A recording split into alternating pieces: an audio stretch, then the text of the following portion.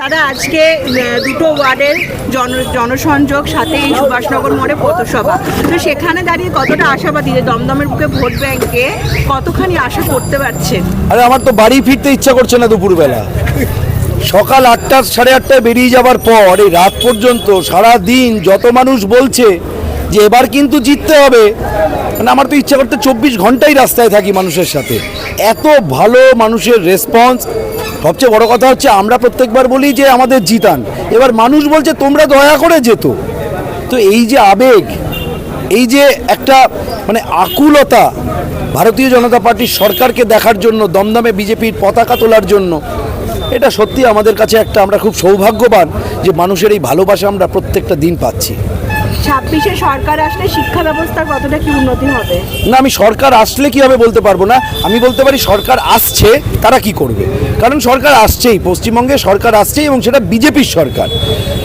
আমি এইটুকুনি বলতে পারি, দেখুন অবশ্যই এটা শিক্ষামন্ত্রকের বিষয় থাকবে, যিনি শিক্ষামন্ত্রী হবেন মূলত মুখ্যমন্ত্রীর নির্দেশে শিক্ষামন্ত্রী এটা ডিসাইড করবেন কোন পদ্ধতিতে আমাদের শিক্ষা ব্যবস্থা চলবে। কিন্তু মানুষের যে বেসিক শিক্ষার যে নিড, সেটাকে পূরণ করার দিকে ভারতীয় জনতা পার্টি সবসময় কমিটমেন্ট বরাবর ছিল। যেমন এনসিইআরটির আপনি যদি নতুন কারিকুলাম দেখেন, দেখবেন কীরকম সময়োপযোগীভাবে বাচ্চাদের উপর সেই আগের মতো আর বস্তা ভর্তি বইয়ের চাপ না রেখে প্র্যাকটিক্যাল হাতে কলমে শিক্ষার প্রতি জোর দিয়ে কেন্দ্রীয় সরকার যে শিক্ষা ব্যবস্থার নতুন নীতি প্রণয়ন করেছেন, যেটাকে সারা পৃথিবীর বিভিন্ন দেশ ভীষণভাবে যার প্রশংসা করছে, সেই শিক্ষা পদ্ধতির মডেল সম্পূর্ণভাবে পশ্চিমবঙ্গে ইমপ্লিমেন্টেড হবে। এটা তো স্বাভাবিক, এটা তো হবেই।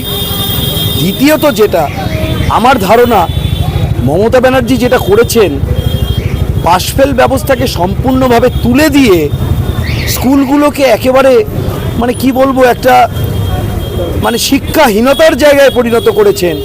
সেই পদ্ধতিগুলো উপযুক্ত বাস্তবোচিতভাবে পুনর্মূল্যায়ন করে যেটা জাতীয় শিক্ষা পদ্ধতির অনুকূলে হবে, সেরকম কোনো শিক্ষা পদ্ধতি পশ্চিমবঙ্গেও প্রণয়ন হবে, এটা আমার দৃঢ় বিশ্বাস।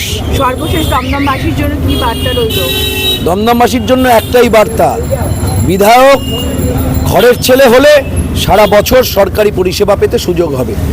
পশ্চিমবঙ্গে 2026-এ বিজেপির সরকার তৈরি হচ্ছে, কোনোভাবে যেটা হওয়ার সম্ভাবনা নেই। তৃণমূলের এখানে বিধায়ক হলে সে তো বিজেপির সরকারের প্রকল্পগুলোকে দমদমবাসীর কাছে এনে দেবে না, সে চেষ্টা করবে বিজেপির যে বেনিফিটগুলো, বিজেপি সরকারের বেনিফিটগুলো, সেগুলোকে আটকে রাখার। তাই নবান্নেও যেমন বিজেপির সরকার তৈরি হবে, দমদমেও বিজেপির বিধায়ক হবে এবং হাতে হাত মিলিয়ে সমস্ত রাজ্য সরকারের যে বেনিফিটগুলো, সেগুলো দমদমবাসীর জন্য আসবে। দমদমের জমা জলের যন্ত্রণা দূর হবে, প্রকৃত পাম্পিং সিস্টেম হবে, খালের ড্রেজিং হবে, খাল বিল পরিষ্কার, ড্রেন পরিষ্কার হবে, মশামাছির হাত থেকে দমদমবাসী নিষ্কৃতি পাবে। এটাই আমাদের অঙ্গীকার। ধন্যবাদ।